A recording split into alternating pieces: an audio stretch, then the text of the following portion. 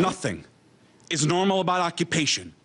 Nothing normal about apartheid, ethnic cleansing, siege, blockade, settler-only roads, bombing water wells, schools, mosques, and UN buildings.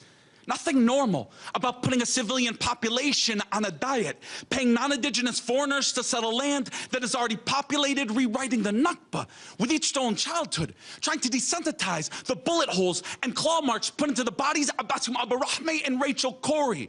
No, I don't want to normalize with you. I don't want to hug, have coffee, talk it out, break bread, sit around the campfire, eat s'mores, and gush about how we're all the same. I don't want to share the stage, co-write a poem, submit to your anthology, talk about how art, instead of justice, can forge a better path.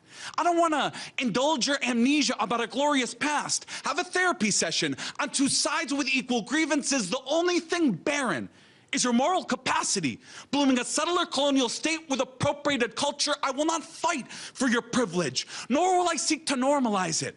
Your dialogue group, it's a breeding ground for injustice. Just look at the board members in the ZOA sponsorship. Zionism is a real demographic threat, infecting the minds of millions with racism. They were hooded in the South, pushing darker nations into Bantustans, jailing young men in H blocks in Northern Ireland.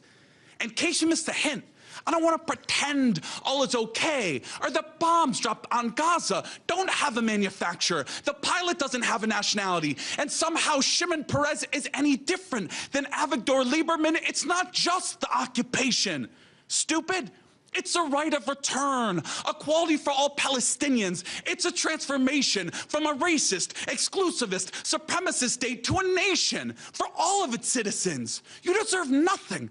Nothing more than equality, which means more than African refugees are provided in South Tel Aviv. You are the shining light on a settlement hill, reminding the world that racism often comes in nice packaging. We don't give the Sudan $3.1 billion a year in military aid, don't have preferential trade agreements with North Korea, don't call Iran a democracy. You're a proxy for empire, a 1950s ethnocracy in 21st century clothing. Yes, Israel, you're singled out with aid, weapons, and UN vetoes in your favor. Did I hurt your feelings? Should we hug after the show? Do these words hurt more than, I don't know, bombs dropped on Gaza, white phosphorus eating the flesh of children? I am not the bad guy.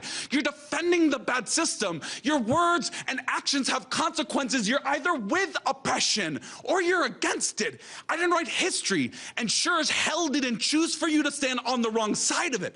Your system of oppression, it is coming to an end. And whether you recognize it or not yet, it'll be liberating for you too.